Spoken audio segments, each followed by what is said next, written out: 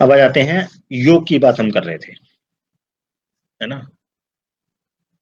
पिछली बार हमने योग के बारे में बात कही थी और हमने कहा था कि योग में अपने चित्त को हमें बैलेंस करना होता है ना। चित्त की वृत्तियों का निरोध की हम बात कर रहे थे और हम बात कर रहे थे कि जब हमारे मन और बुद्धि बैलेंस हो जाएंगे तो चित्त की वृत्तियों का निरोध हो जाएगा। ये बात हमने लास्ट की थी। इसी संदर्भ में हमने गीता की भी बात की थी, हमने पतंजलि योग सूत्र की भी बात की थी। गीता से कुछ रेफरेंसेस लिए थे, कुछ पतंजलि योग सूत्र से लिए थे। तब हमने कहा था कि बैलेंस का मतलब ये है, मन बुद्धि का बैलेंस होने का तात्पर्य इतना है कि जो व्यक्ति न तो पाप में फंसेगा, न पुण्य में, न सुख में, न दुख में, न सही में, न गलत में, मतलब जो जितने पेयर बने हुए हैं इन सब में किसी तरफ झुकेगा नहीं। That is balanced. ठीक है, वो किसी चक्कर में नहीं पड़ेगा, वो किसी उसका पलड़ा कहीं झुकेगा नहीं, किसी एक तरफ नहीं होगा, एक साइड नहीं होगा, न सही की तरफ होगा ना गलत की तरफ होगा। बैलेंस कांटा उसका बिल्कुल बीच में ना। ठीक है, जो व्यक्ति ऐसा कर सकता है वही व्यक्ति बैलेंस हो सकता है, अपने मन बुद्धि को बैलेंस कर सकता है। हमें बेसिकली योग करने के लिए उस प्रोसेस को समझना पड़ेगा कि मन और बुद्धि कैसे काम करते हैं। जब हम मन और बुद्धि के काम करने का तरीका समझ जाएंगे तब हम चित्त की वृत्तियों का निरोध कर पाएंगे। पिछली क्लास में इसके लिए मैंने बहुत सारे एग्जाम्पल भी दिए थे, गीता से दिए थे और भी जगह से दिए थे, है ना। जो व्यक्ति बैलेंस्ड सोच वाला है वो स्थिर चित्त वाला है, उसका चित्त कैसा रहेगा, बिल्कुल स्थिर रहेगा, उसके निर्णय कभी गलत नहीं होंगे। जो जो काम उसने जो सोच के किया है उसको वैसा ही फल प्राप्त होगा, उसे कभी अपने किए पे पछतावा नहीं होगा। ठीक है, वो कभी ये नहीं सोचेगा कि यार मतलब ये काम तो इस वजह से गलत हो गया, उस वजह से गलत हो गया। जो बैलेंस सोच वाला हो, जो बैलेंस सोच वाला नहीं है, जिसकी मन बुद्धि उसके कंट्रोल में नहीं है, वो जब कोई काम करेगा उसका वैसा फल नहीं आएगा जैसा उसने सोचा था, जो सोच के उसने काम किया था। और फिर वो क्या करेगा, वो सारी दुनिया में दोष निकालेगा, मेरा टाइम खराब है, भगवान मेरा साथ नहीं देते, मैंने आज तो पार्टनर ही गलत चुन लिया था, है ना। तो ऐसे करके वो सारी दुनिया में कभी भाग्य को रोएगा, मेरी तो किस्मत ही फूटी हुई है ना। तो हमेशा दूसरों पे दोषारोपण करेगा, कभी भगवान को कोसेगा, कभी कुंडली को कोसेगा, कभी भाग्य को कोसेगा, कभी दुनिया को कोसेगा, जमाना बड़ा खराब है, दूसरों को कोसेगा। ठीक है, जिसका बैलेंस नहीं होगा। जो व्यक्ति बैलेंस नहीं है वो बाहर दुनिया में दोष ढूंढता है और बाहर ही अच्छा ही ढूंढता है। वो बुराई भी बाहर ढूंढेगा, अच्छा भी बाहर ढूंढेगा।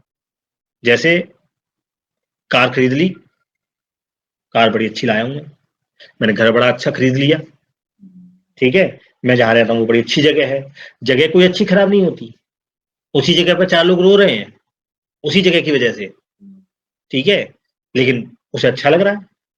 तो ये सब अच्छे खराब जो है ये बाहर ढूंढता है, ये क्षणिक होते हैं, लॉन्ग टर्म नहीं होते। तो जो बैलेंस है उसे सब कुछ सही सही दिखाई देता है, एवरीथिंग, कि कहां पे क्या चीज है।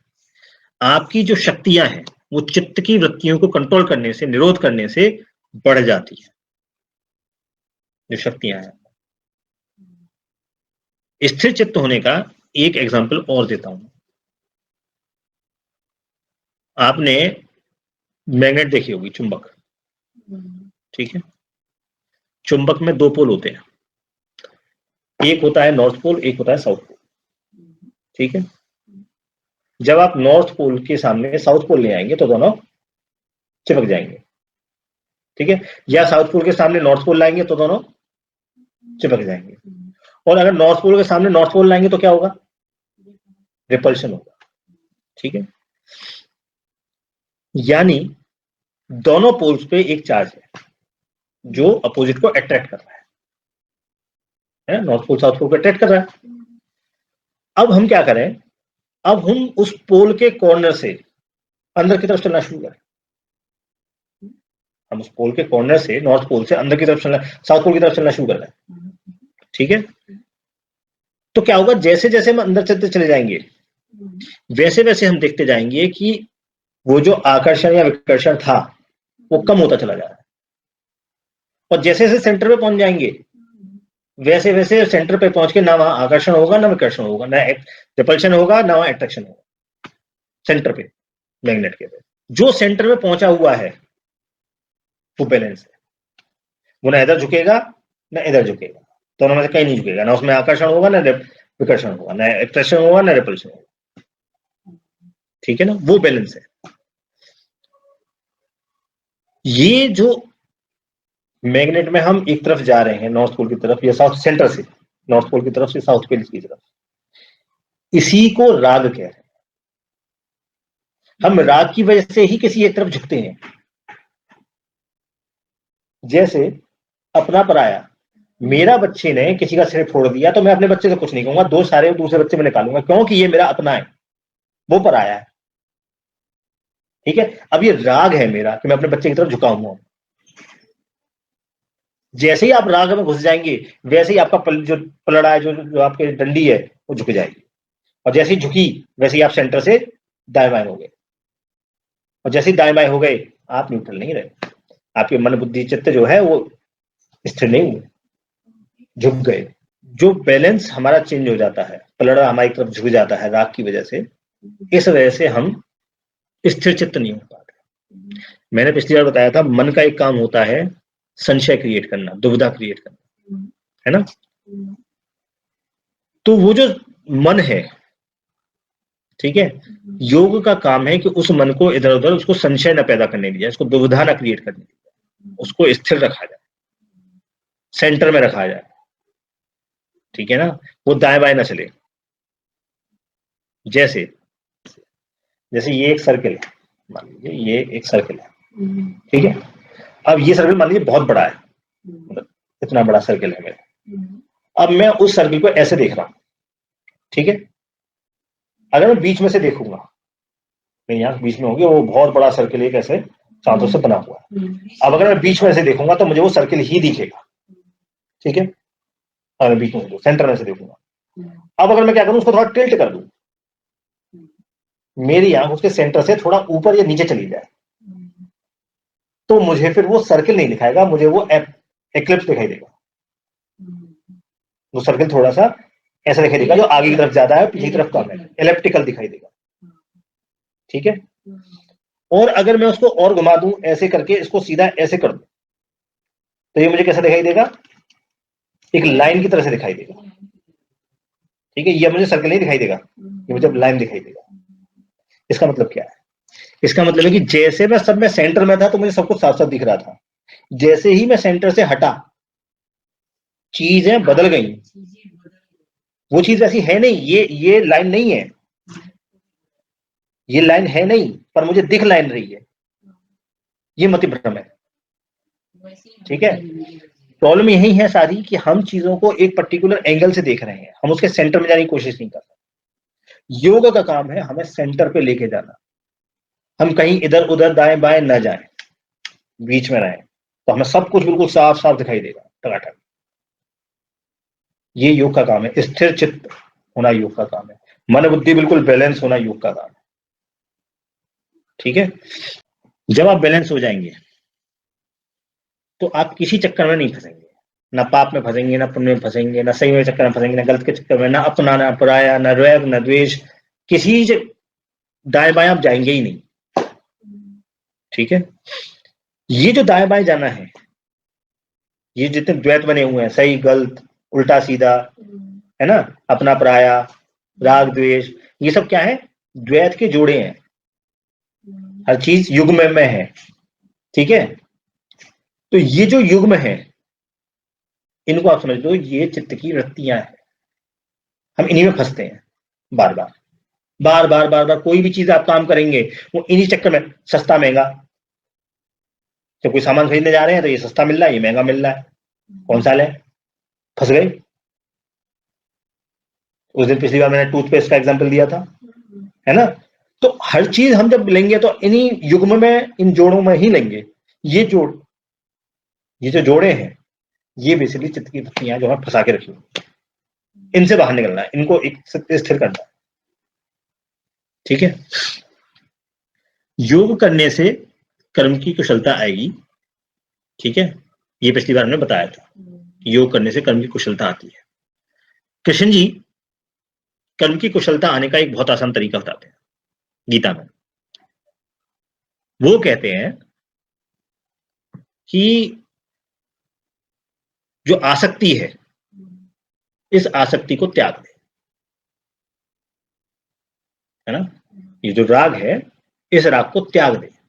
लेकिन वो ये नहीं बताते कि आसक्ति को कैसे त्याग दे। वो ये तो बताते हैं कि आसक्ति को त्याग दे, और कैसे त्यागे ये चीज पतंजलि बताते हैं। ठीक है, क्यों? क्योंकि जो गीता है वो योग की कंप्लीट बुक नहीं। ठीक है, गीता तो कृष्ण जी अर्जुन को उसके कर्तव्य में लगाना चाहते हैं, इसलिए उसको लेक्चर दे रहे हैं। ठीक है, तो वो मोटी मोटी बातें बता रहे हैं उसको, उसको पूरी प्रोसेस नहीं बता रहे हैं, उसको बहुत शॉर्ट में बता रहे हैं जहां से उनका मतलब निकल जाए। ठीक है, पतंजलि जब बताते हैं तो पतंजलि उसकी एक एक बारीकी बताते हैं कि कैसे करना है। ये कुछ लोग कहते हैं कि जो गीता है, भगवत गीता है, ये सारा योग है, योग इसमें मतलब सारा तरीके का योग इसमें बताया गया है। लेकिन Gita is not a book of yoga. योग की जो कंप्लीट बुक है वो तो पतंजलि योग सूत्र है। हाँ, तो कृष्ण जी क्या कर रहे हैं? कृष्ण जी अर्जुन को जो भ्रम है उसके, अर्जुन तो लड़ने आया था युद्ध क्षेत्र में, लेकिन युद्ध क्षेत्र में आके क्या हुआ? ये मेरे ताऊ जी हैं, ये मेरे गुरु जी हैं, ये मेरा भैया है, ये मेरा भतीजा है, ये तो देखा उसने। और ये क्या किया उसने? अपना धनुष जो है पटक दिया एक तरफ, ये तो किया उसने। तो उसको वो रोकने के लिए, उस भ्रम में से निकालने के लिए कृष्ण जी उसको ये चीजें बता रहे हैं। ठीक है, तो जो कॉन्फ्लिक्ट उसके अंदर पैदा हो गया है, अर्जुन के अंदर में जो कॉन्फ्लिक्ट पैदा हो गया है, जो उसका पलड़ा झुक गया है, जो द्वैत जो आ गया है, उसको वो ठीक करना चाह रहे हैं। ठीक है, जिस आदमी के अंदर ये ड्युअलिटी नहीं होगी, ये झगड़ा नहीं होगा, ये द्वैतवाद नहीं होगा, वो आदमी जो डिसीजन लेगा, उसका जो रिजल्ट आएगा, that will be what he wants. वही रिजल्ट आएगा, उसका रिजल्ट कुछ और हो नहीं सकता। ठीक है, इसलिए बैलेंस में होना बहुत जरूरी है, तभी हम योग में आगे चल पाएंगे। अभी तक हम योग की केवल अभी बेसिक बातें करते हैं। अब आज हम पहला होमवर्क इसमें योग में देंगे। ठीक है, तो पहला होमवर्क ये है आपका कि अब आपको ये करना है अगले क्लास तक। जो होमवर्क है हमारा, होमवर्क ये है कि अब अगली क्लास तक, अगले 15 दिन आपको किसी भी चीज में कोशिश ये करनी है कि आसक्त ना हो। आसक्त ना हो से मतलब निर्लिप्त हो जाइए हर एक चीज से। जूता वहां पड़ा है, पढ़ा रहे, मेरी सिर पे कोई फर्क नहीं पड़ता। गिलास टूटता है, टूट जाए, किसी के पैर में चुभता है, चुभ जाए, मेरी सेहत पे कोई फर्क नहीं पड़ता। घर में झाड़ू लगी है, नहीं लगी है, मेरी सेहत पे कोई फर्क नहीं। घर में सब्जी आएगी, बनेगी, नहीं बनेगी, मुझे कोई लेना देना नहीं है उससे। बनेगी हम खा लेंगे, नहीं बनेगी भूखे रह जाएंगे। ये जो हर एक चीज से अभाव है, अभाव का लोग ये मतलब निकालते हैं कि उस पे तो वो तो बड़ा गरीब है। ठीक है, पैसे का बड़ा अभाव है। पैसे का अभाव का मतलब गरीब नहीं हुआ। पैसे का अभाव का मतलब है कि उसको पैसे का कोई वैल्यू नहीं है। पैसा है नहीं है, डजेंट मैटर। पैसे का अभाव का मतलब ये है, गरीब नहीं है। ऐसे ही घर में अब आप ऐसे रहेंगे अगले 15 दिन, अपने कर्तव्य करने हैं, अपना नहाना है, धोना है, पूजा करना है, जो अपने काम है वो करने हैं। दूसरा कोई कुछ कर रहा है, नहीं कर रहा है, कोई फर्क नहीं, मेरी बला से। ठीक है, अगले 15 दिन आपको यही कोशिश करनी है। क्या? हाँ, बताना कुछ नहीं है, बता दिया तो फिर कुछ नहीं होगा। ठीक है, कुछ बोलना ही नहीं है ना। अरे नाराज हो जाएंगे तो होने दो, मुझे कोई फर्क ही नहीं पड़ता। उनके नाराज होने से भी कोई फर्क नहीं पड़ता। अरे भैया, वो लोग समझदार हैं या नहीं है, ये आपका ठेका नहीं है। ठीक है, ये उनकी प्रॉब्लम है, वो लोग समझदार हैं या नहीं है। ठीक है, मेरे को तो सिर्फ यही प्रैक्टिस करनी है कि भाई मेरे को किसी के फटे फटाने नहीं, मुझे किसी से कोई लेना देना नहीं, मेरे को अपना काम देखना है। मैं अब किसी चीज में इन्वॉल्व नहीं होना चाहता, मैं सिर्फ अपने कर्तव्य करना चाहता हूँ। तो ये काम आपको अगले 15 दिन करना है। ठीक है, फिर अगले 15 दिन बाद हम आप इसकी रिपोर्ट बनाएंगी कि कहाँ कहाँ ऐसा हुआ जहां आपसे रहा नहीं गया बोले बिना। अब आ जाते हैं आखिरी टॉपिक पे, तर्कशास्त्र पे।